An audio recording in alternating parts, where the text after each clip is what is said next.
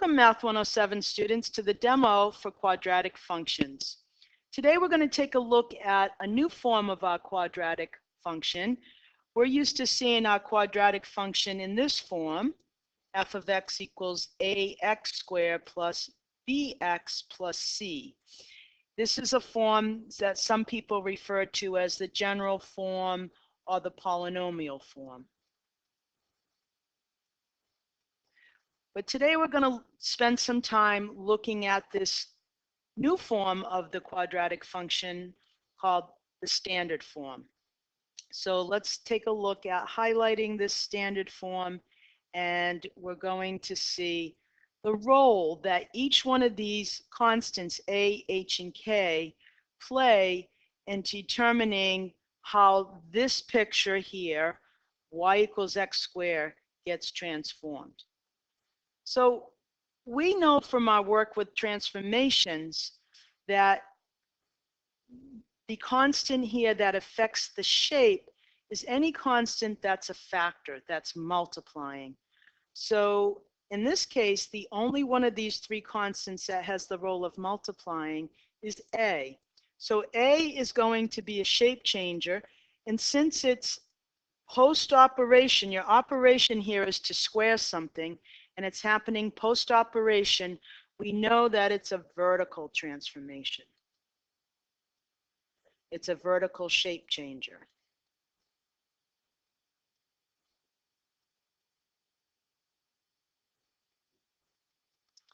Now, some of you know language like a is outside the function, but it's outside and post-operation are the same idea. Constants that affect shift transformations, remember, are any constant that's added or subtracted within our equation. So that's going to be h and k are our shift transformations. I don't want to spoil all the fun and tell you how these changing the values of these three constants affect this shape and shift this curve. So let's look at that. Let's explore that, this idea a little bit by looking at having GeoGebra with these three sliders, values for a, h, and k, and playing around with these affect the parent function y equals x squared here. So our parent function, if we were to put it into this form, a would be 1, because 1, it's 1 times x squared, and we would have 0, 0 for our vertex. So let's take a look at the GeoGebra and play around. So a, there's a couple of ways we could look at a. We want to make a bigger than 1. What happens when a is greater than 1? What happens when a is between 0 and 1, so it's a fraction? And what happens when the value of a is negative? So let's take a look at these three situations. So you can keep your eye right here, because you're going to see here is the value of a, and we're going to change that value. And how each of these sliders work is that these sliders go from -5 to +5, each one. So I'm just going to move it. So now I'm going to make a greater than 1. I'm going to move it all the way up to 5. And you can see what happens to the parabola. It's being vertically stretched. It's getting taller. Now let's move that back to 1. Try not to go past 1 because we don't want to spoil any of the fun. Oops, can I get it right there to 1? There we go. Now, how about values of a between 0 and 1? So that means a is going to be a fraction. So let's take a look at what happens to the parabola. Vertically, what happens? Okay, the parabola is getting wider.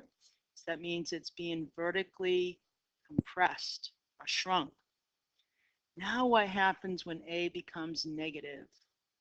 Whoa, just goes, it reflects over the x-axis, and you can see that it continues to get narrower as a increases towards -5, or okay, decreases, I guess, if we're moving to the left. So that's the value of a, and it's a shape transformer. So I'm going to come back to 1. So we want to just affect 1 at a time. So remember, we're looking at this formula, this function, f of x equals a times x minus h quantity squared plus k. So now let's see what happens if we change k. Is this a vertical or a horizontal shift transformation? So you make your guess. I'm going to increase k, and look what's happening to our parabola. It's moving directly up. And when k is negative, it's moving down the y-axis, just like we think it would. Okay, so that's the value of k. It's a vertical shift. Okay, now we're going to set it back to 0. And now let's take a look at h, which is inside our operation of squaring, pre-operation. So now as h is a positive value, x take away that positive value, moves it to the right. So x minus 5 would be a horizontal shift to the right 5 units. And now, because our formula for our function, our standard form, is always x take away, when h is now a negative number, you'll see over here on the left-hand side that subtraction will change to plus. So now when h is negative,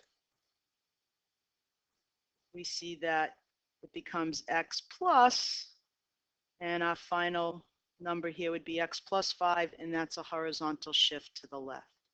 So I think that's exactly how we remember our transformations working. So let's summarize this. What can we tell about a parabola from looking at this standard form? Well, we can immediately tell what the vertex of our parabola is, and that's one of the neatest things about this particular form is we can pluck off h and we can pluck off k, and we know the vertex right away. Now note, in this form, h has opposing signs. So if you have a 3 here, even though it has a subtraction in front of it, your x value for your vertex is 3.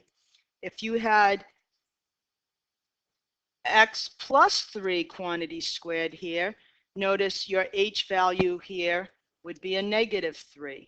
Okay, so your h value has opposing signs from what you see inside the parentheses.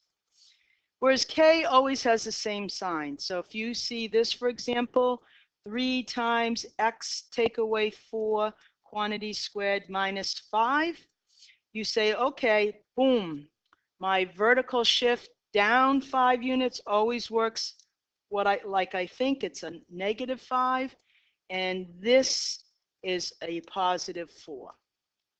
So you have to be a little careful mainly with the h coordinate. That's the one that many students have trouble with.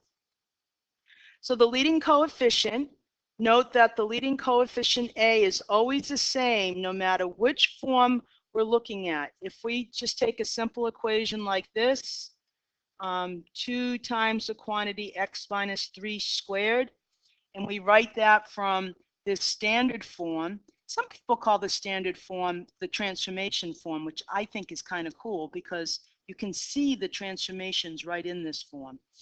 And if you put this into the general form or the polynomial form by squaring x minus 3 and getting x squared minus 6x plus 9, then doubling everything, you get 2x squared minus 12x plus 18.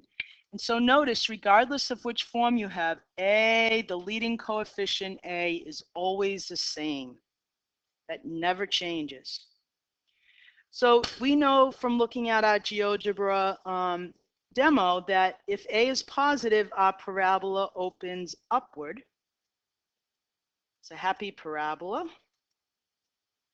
And if a is negative, the parabola is sad, it opens downward.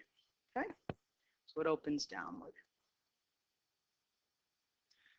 Now, the large values of the absolute value of a make the parabola taller, whereas small values of a make the parabola shorter. Absolute values of a make it shorter. And we also saw that, again, when we were playing around with the GeoGebra. Let me get that back. So large absolute values, okay, for A. So let's bring this back right to 0, 0. So that means here, if A is a -5, in absolute value form, the absolute value of -5 is the same as 5. So it's as narrow as it is when A is +5.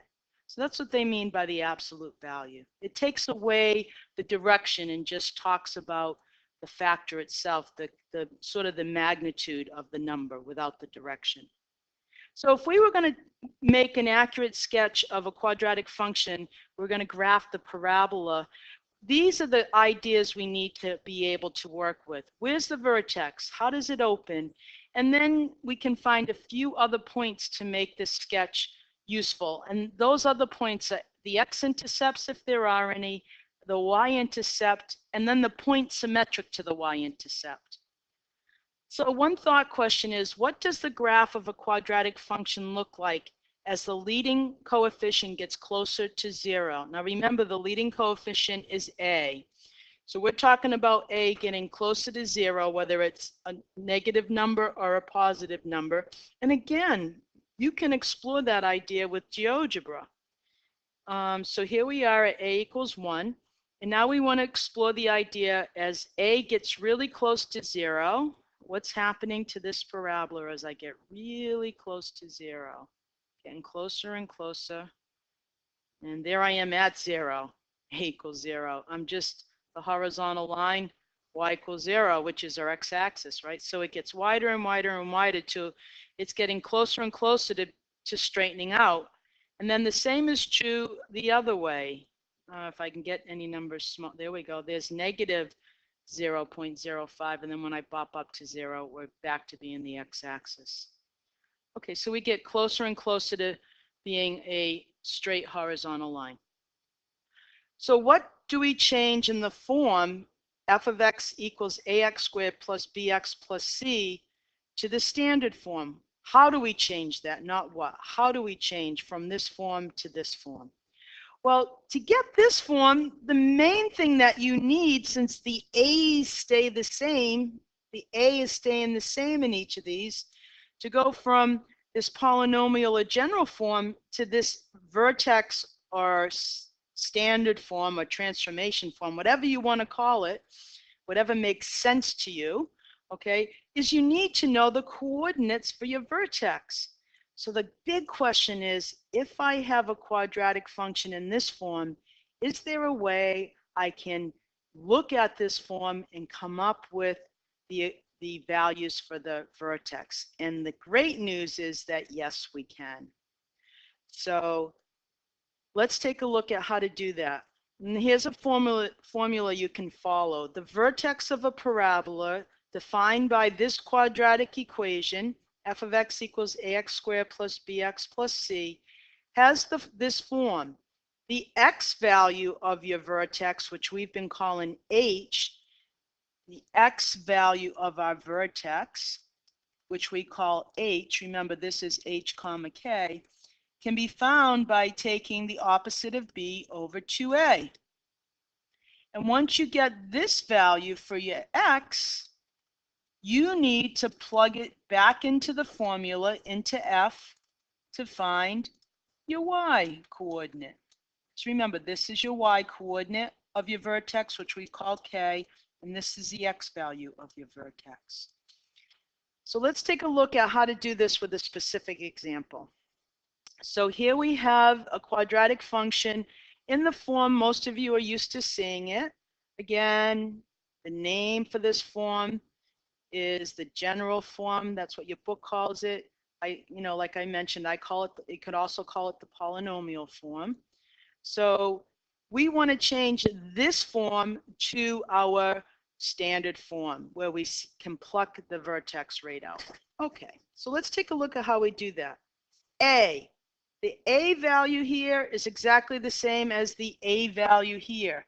So we know the a value here is a equals -1. That's the leading coefficient for this, because remember, this is in this form, ax squared plus bx plus c. So we immediately can come down here and right out in front, we can put -1. We know that value. We can pluck it right off of this form here. I want to make that a little clearer for you. I'm going to change the color too. So let's see. Friends, let's go with the purple. Yeah, so we got -1. So I wanted purple and it didn't give me purple. All right, so we'll have -1 out in front. Now we want to find the x value of our vertex and then the k value of our vertex. So we've already found that a is -1 and we know that, well, I sort of was doing this without going 1, 2, 3 with you. So I'll try to do this in order. We need to find the values of A, H, and K to fill in these blanks. Which of these values can we find immediately knowing this form? And again, we can find A immediately because it's exactly the same in both forms. And since the value of A equals -1, we know it's a sad parabola. It's going to open downward. Anytime we have a parabola that opens downward, we know we're going to have a relative maximum value. So our vertex will be where we locate our maximum value. All right, so let's see what else we have to do here in order to change this function back to this form. So we know A. How do we find H and K? Well, remember, we just looked at that nice little formula.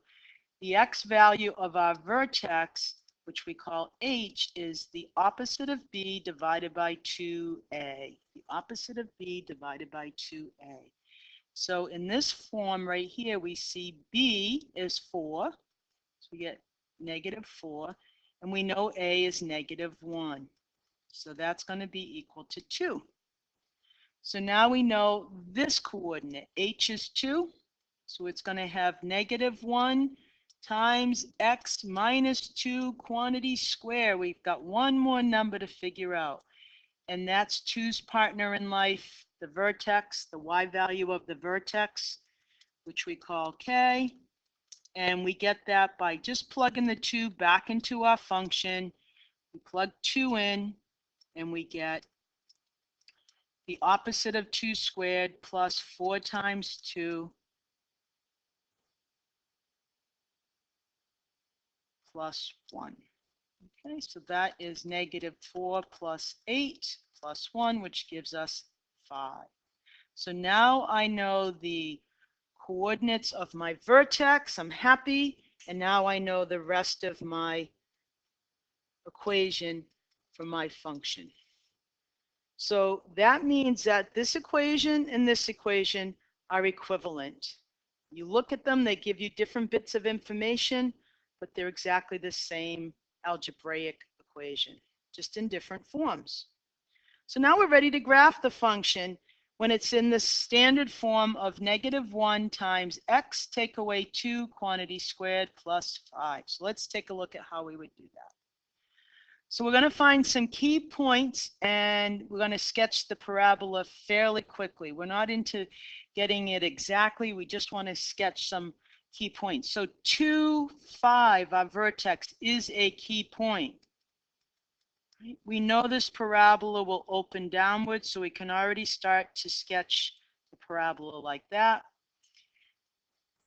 The line of symmetry for our parabola is the vertical line that drops straight down through our vertex. The x value of our vertex is 2. So the equation for our line of symmetry is x equals 2. It's a vertical line. X equals 2. Now we want to find the coordinates of the y-intercept. Now look, we were given this original form here, this general form. And we know in this polynomial, a general form, that when x is 0, your y-intercept is found right here. It's the 1. However, let's pretend we only are working with this form right here. So we don't know the original form we just looked at, but this is what we're working with. And this is where you got to be a little careful because You don't want to say your y-intercept is 5 because we've already seen that that's going to be our vertex. And we know this opens downward. So our y-intercept must have a value less than this 5 because this y value of 5 is the maximum value. 5 is the king or the queen. Okay, the top dog. 5 is the maximum value that this particular function will ever achieve. 5. So your y-intercept must be smaller than 5. So you don't ever pull off this plus 5 here. You literally have to go in and find f of 0. What is the value of y when x is 0? So I go back to this formula. It's negative 1 times 0, take away 2, quantity squared, plus 5. So that's negative 1 times negative 2 squared plus 5. That's negative 1 times 4 plus 5. So that's 1. Y equals 1. X equals 0. So the coordinates are 0, 1. Now we know that the answer was 1 because we had it up here. But we won't always have both of these forms available to us. So it's always a good idea to know how to find these key points. All right, so 0, 1 is our y-intercept.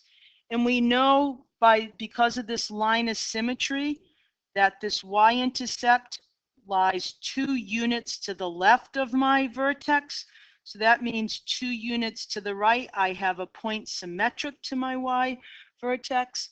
So now I have another point. I have the point 4, 1. And that just helps me guide this sketch. Again, I'm not going for accuracy. I'm just trying to guide it. So now I guide this down, and I'm going through that point, and I'm going through this point. And now I know I'm going to cross my x-axis and continue downward forever. So the final points here is what would be my x-intercepts. And my x-intercepts is when f of x, when my function is equal to 0. So remember, in our new language, the x-intercepts is when our function equals 0. So let's find that out. 0 equals negative x squared plus, whoops, I'm going back to the other form. Let me work with the vertex form or the standard form. Here you go. X minus 2 quantity squared plus 5. Okay, there we go. So now I want to solve this equation. It's just a quadratic equation for 0.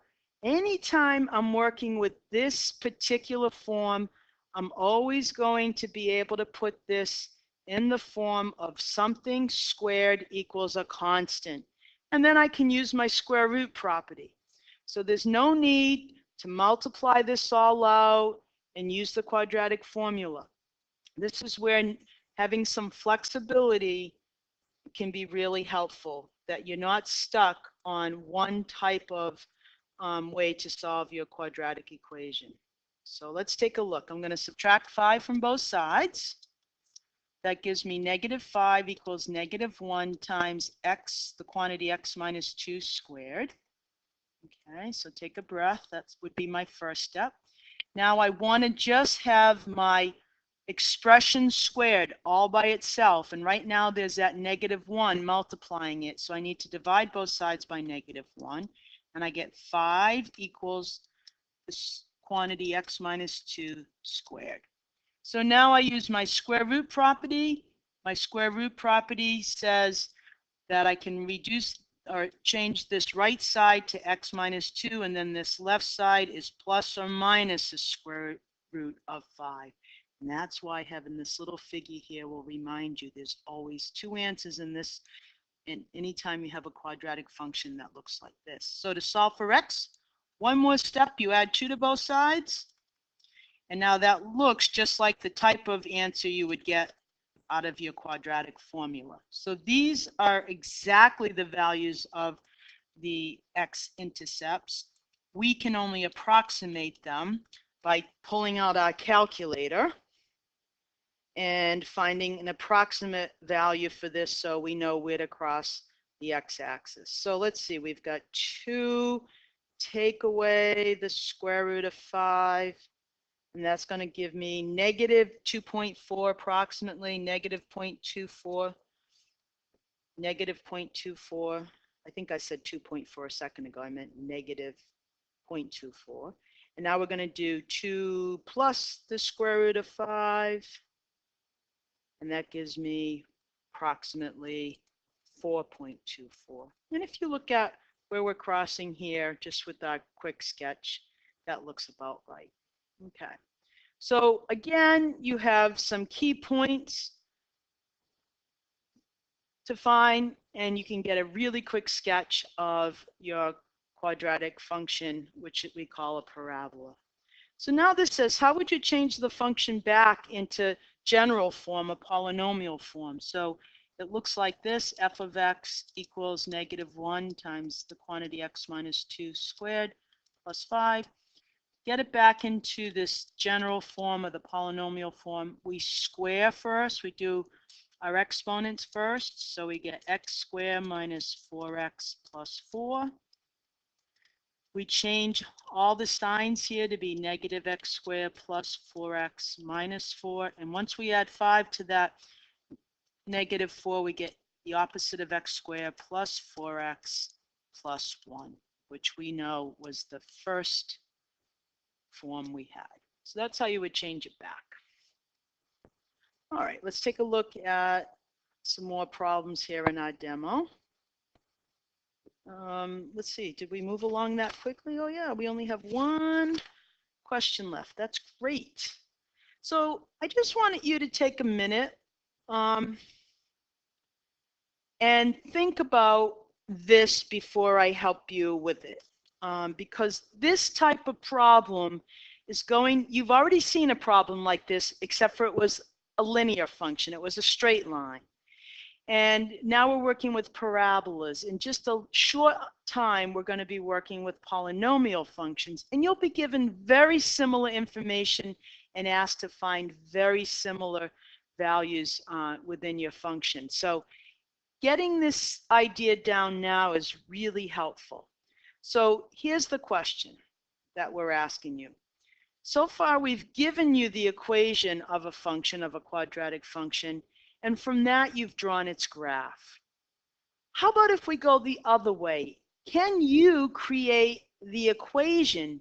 Can you work backwards and create the equation for the function if you have some key points on the graph itself, on the parabola itself? So here you are, you're given this parabola, and I'm just going to pause this for a minute, and I just want you to look at this and see if there's any way you can figure out how you would go about either putting this particular parabola in standard form or general form.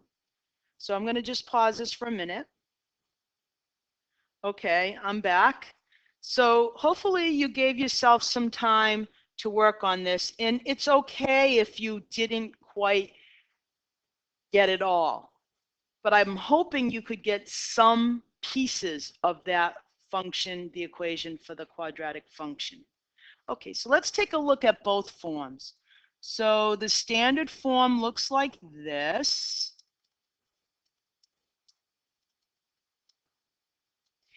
And the general form looks like this. Okay. Let's start with this general form, the standard form here, the a times the quantity x minus h squared plus k. Why am I starting with that form? Because I know the vertex right there. And I can fill in 2 of the 3 missing pieces here. Right? So if I'm a detective and I can get 2 of the 3 missing pieces, I'm going to use that. So I have f of x equals a times, now this is h and this is k. So it's x take away 3 quantity squared plus 5. Notice our format always has the x take away h. So if h is positive, it's going to look like this. X take away that number. If h is negative, you'll see x plus that number here. So look, I am almost done. All I have to do is figure out what the heck is the value for A. And I just want to remind you that you have done this before with straight lines. And that was, let me just give you a little reminder of what this might have looked like. I might have said something like, find the equation of a line that goes through, and I would give you 2 points, something and something. So let's make something up. Let's do 0, 2. We'll make it fairly straightforward. And 2, 4. Okay, so that's, we want to find the equation of a line that goes through those 2 points. So you would first find the slope, which is the change in your x value, y values over the change in your x values, and you'd get a slope of 2. And most of you would then put it in the y equals mx plus b form. And from here, now I made this a little simpler because we know 0, 2, just from looking at that y-intercept, that b is going to be 2. However, let's see what the process is in case I didn't have the intercept, the y-intercept here.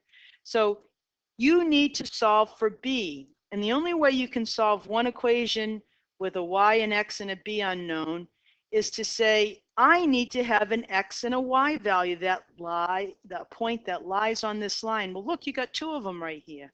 So if you put 0 in for x and 2 in for y, then you would get the value of b being 2.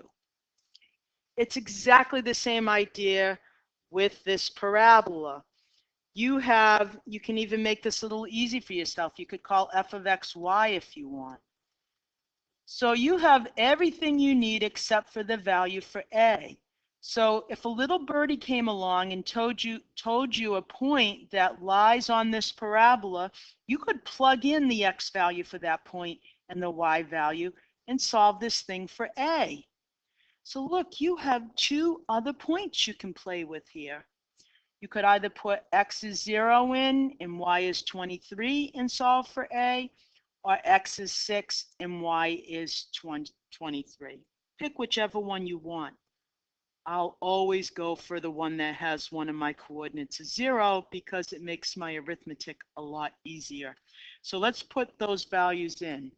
So y is 23, or f of 0 is 23 if you want to keep it in function notation. Y is 23 when x is 0. So here we go. I put my 0 in for x. Now I just have one linear equation with one unknown. So let's go to town. We're going to subtract 5 from both sides, and I get 18 equals 9a. When I simplify this, I get negative 3 squared, which is 9. So a is 2. Now I have everything I possibly need. So in my form that we call the standard form, a is 2. X minus h is x minus 3 squared plus 5. And there is my equation. Okay. So once you have this form, you can immediately go to this form here by squaring this out. If I didn't have that form, then it would be a little harder to get to this polynomial form. One thing I could do right away is put a 23 here because that would be your y-intercept. I could do that, 23. And then it would be a little harder to find the values for a and b. But once you have this form, you can just do your arithmetic or your algebra out